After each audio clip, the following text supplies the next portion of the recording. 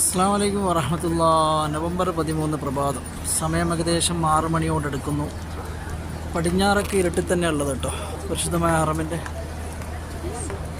ഏതായാലും അള്ളാഹു അനുഗ്രഹിക്കട്ടെ. ഇന്നത്തെ പ്രഭാത നമസ്കാരം കഴിഞ്ഞ് ഞാനും ഇങ്ങനെ ഇവരുടെ കൂട്ടത്തിൽ തന്നെ പുറത്തേക്ക് ഇറങ്ങി. അങ്ങനെ പ്രഭാതത്തിൽ ഇങ്ങനെ ചെറിയൊരു ചുവപ്പോടുകൂടി പ്രഭാതം വിടർന്നു വരുന്നു പരിശുദ്ധമായ ഹറമിലേക്ക്. ഇവിടെ കണ്ട ഇവിടെയൊക്കെ ഗേറ്റിലൊക്കെ ബ്ലോക്ക് ചെയ്തിട്ടാണുള്ളത്. ആജിമാരിങ്ങനെ ഇറങ്ങിക്കൊണ്ടിരിക്കുകയാണ് നിസ്കാരം കഴിഞ്ഞിട്ട്.